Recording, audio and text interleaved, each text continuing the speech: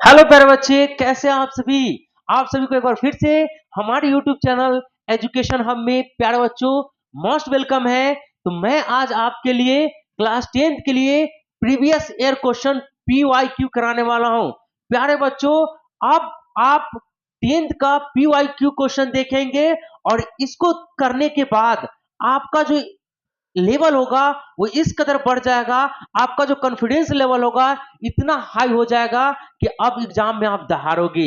प्यारे बच्चों, अब मैं लगातार क्लास 10th के लिए पीवाई क्वेश्चन सीरीज लेकर के आने वाला हूं और आज से ही मैं स्टार्ट कर दिया हूं। सो मेरे प्यारे बच्चों, इस वीडियो को ज्यादा ज्यादा शेयर कर देना, अगर वीडियो अच्छा लगे तो लाइक भी कर देना।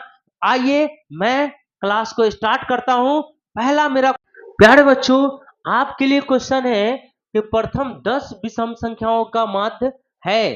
प्यारे बच्चों, आपको यहाँ पे प्रथम 10 विषम संख्याओं का माध्य निकालना है। आपके लिए ऑप्शन ए है 8, ऑप्शन बी है 9, ऑप्शन सी है 7, ऑप्शन डी है 4 और ये 10 रहते हैं। अब जरा देखिए माध्य क्या होता है प्यारे बच्चों। तो माध्य का फॉर्मूला होता है सभी प्रेक्षणों का योग, सभी प्रेक्षणों का योग, सभी प्रेक्षणों का योग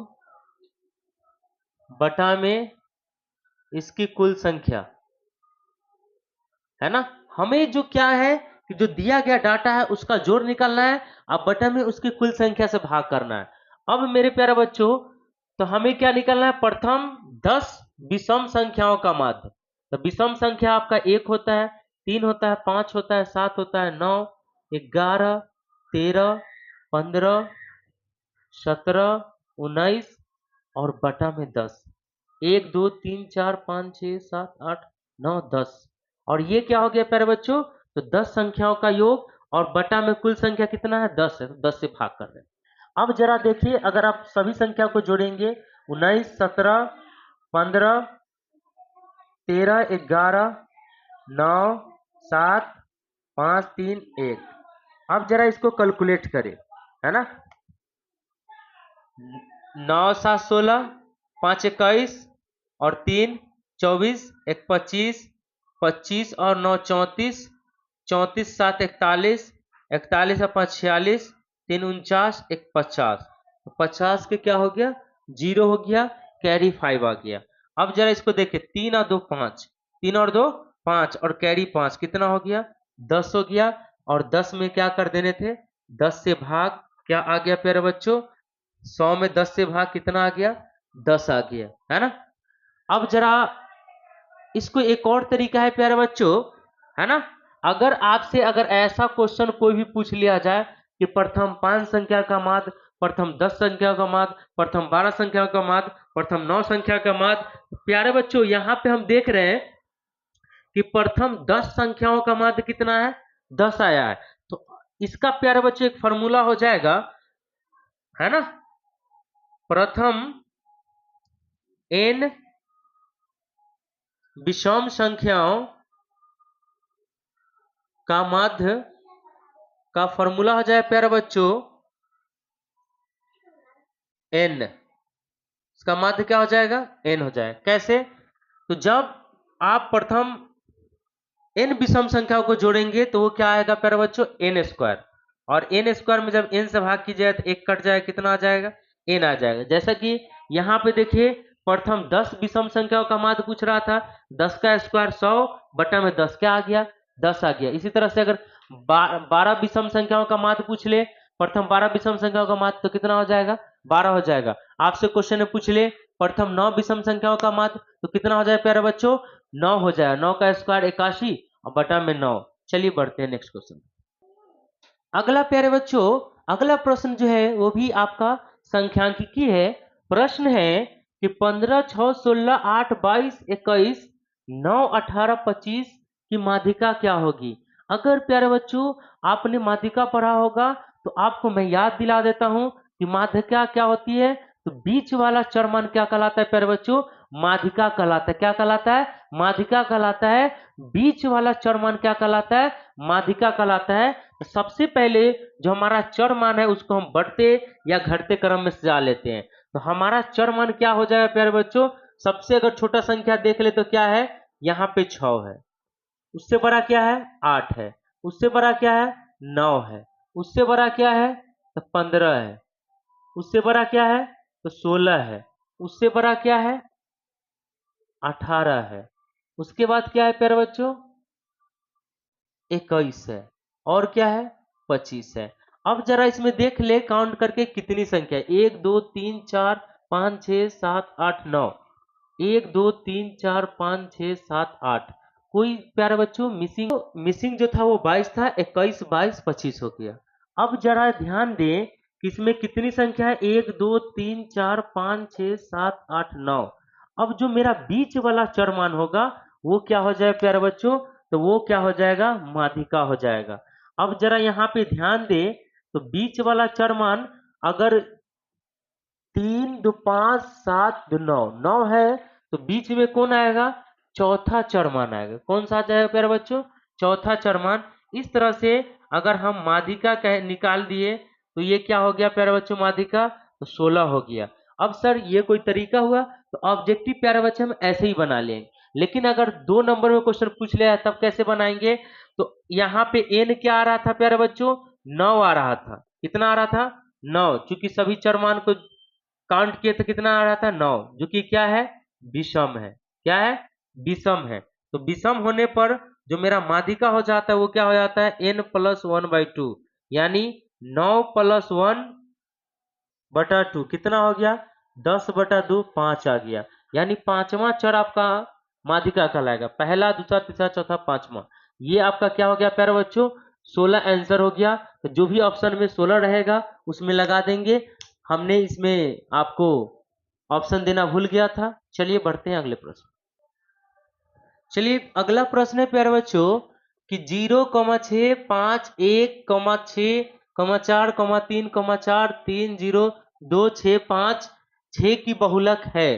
तो प्यारे बच्चों सबसे पहले आप जान लें कि बहुलक क्या होता है। तो मेरे बच्चे मैं आपको बता दूं बहुलक वो होता है, बहुलक वो होता है जो सर्वाधिक जो चर मान वाली जो संख्या होती है वो क्या कहलाता है? बहुलक कहलाता है प्यारे बच्चों। किसी आंकड़े में जो सर्वाधिक बार जो आता है, सबसे अधिक बार जो आता है उसी को क्या कहते हैं? तो बहुलक कहते हैं। तो बहुलक आपने समझ गया कि बहुलक क्या होता है।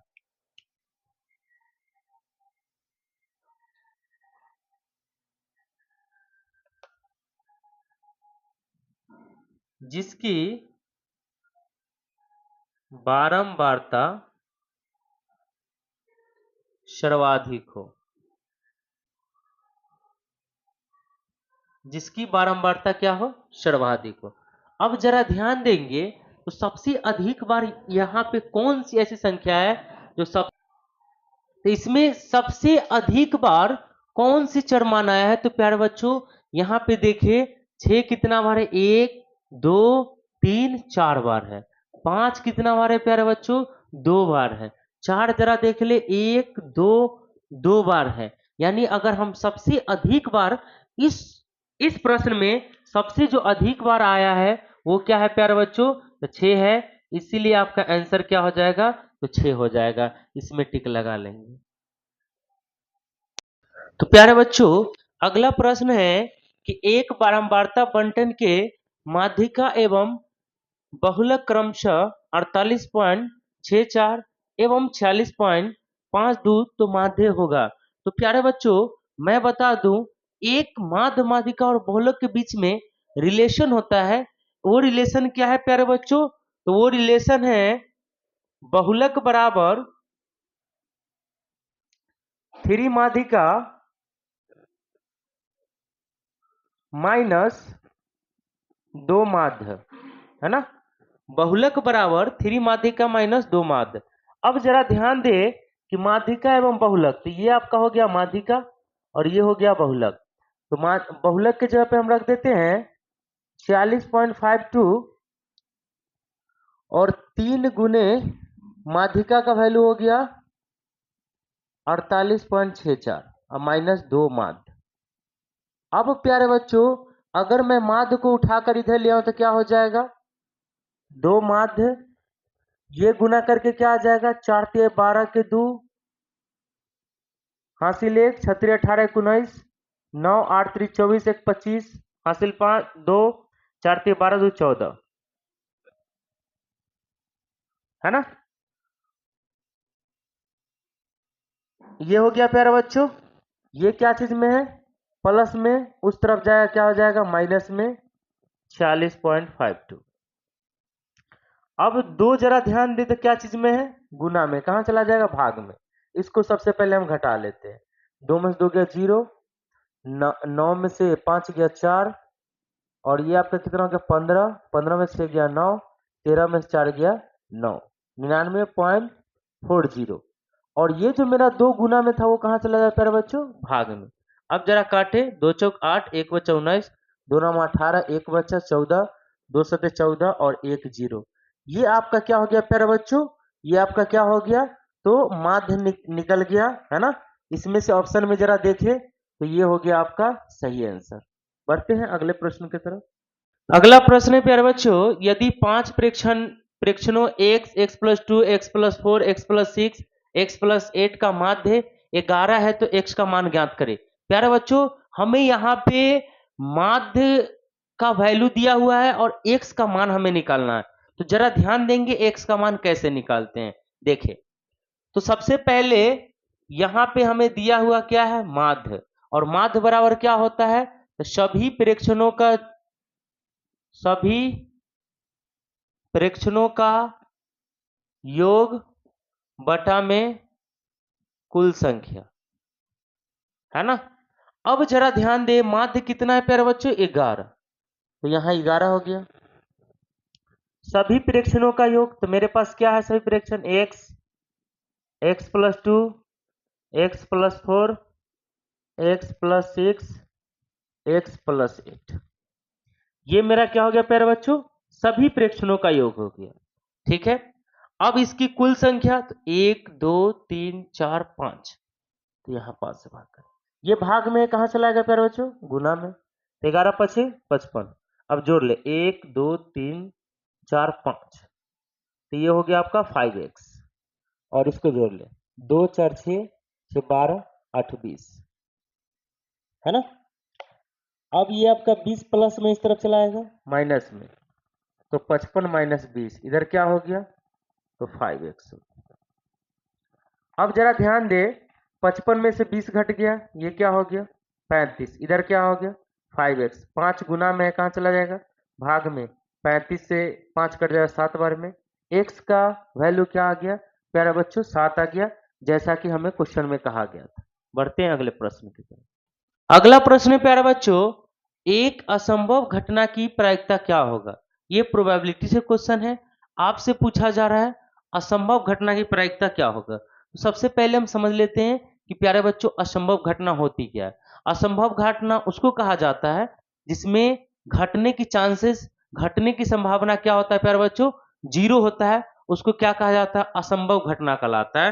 तो असंभव घटना की प्रायिकता की बात करें तो ये प्यारे बच्चों क्या हो जाएगा, प्रोबेबिलिटी ऑफ ई 0, यानी वैसी घटना जिसके घटने की चांसेस क्या हो, संभव नहीं हो, असंभव घटना कहलाता है। और जो संभव नहीं हो, असंभव हो, उसकी प्रायिकता क्या होता है, 0 होता है प्यारे बच्चों, 0 होता है। जैसे मैं अगर बता दूं आज बारिश होने की चांसेस क्या है, तो ये किसी को पता नहीं, असंभव घटना है, 0 हो जाएगा। मान लीजिए इंडिया पाकिस्तान के बीच में मैच चल रहा है, ऑस्ट्रेलिया की जीतने की संभावना क्या है, तो वो भी 0 हो जाएगा। एक पासा को फेंकने पर 7 आने की प्रायिकता क्या होगी, तो प्यारे बच्चों क्या 7 होता है, नहीं होता है। तो ये असंभव घटना है जो कभी संभव ही नहीं है। तो ऐसे ऐसे घटना की प्रायिकता क्या हो जाती है प्यारे बच्चों, 0 हो जाता है। बढ़ते हैं अगले प्रश्न की तरफ। प्यारे बच्चों अगला प्रश्न को देखेंगे। अगला प्रश्न है कि किसी घटना की प्रायिकता प्रोबेबिलिटी ऑफ ई 0.4 है, तो प्रोबेबिलिटी ऑफ ई नॉट, यहाँ पे देख रहे हैं ई पे रेकरिंग लगा हुआ है प्यारे बच्चों, इसको कहा जाता है प्रोबेबिलिटी ऑफ ई नॉट, जिसका मतलब होता है किसी घटना के नहीं घटने की प्रायिकता का मान है। हमें पी ई नॉट का वैल्यू निकालना है। तो प्यारे बच्चों अगर आपने पढ़ा होगा तो आपको एक फॉर्मूला बताया गया होगा, और नहीं याद है तो आइए देख लेते हैं। प्रोबेबिलिटी ऑफ ई किसी घटना के घटने की प्रायिकता plus probability of E not किसी घटना के नहीं घटने की प्रायिकता, कितना होता है प्यारे बच्चों? 1 होता है। किसी घटना के घटने की प्रायिकता और उसी घटना के नहीं घटने की प्रायिकता क्या कहलाता है प्यारे बच्चों? 1 होता है ना? अब जरा ध्यान दे, तो हमें ये दिया हुआ है किसी घटना के घटने की प्रायिकता प्रोबेबिलिटी ऑफ ई बराबर 0.4, तो हम इसके जगह पे रख देते हैं 0.4 plus probability of E not, यानी किसी घटना के नहीं घटने प्रायिकता इधर 1 हो गया।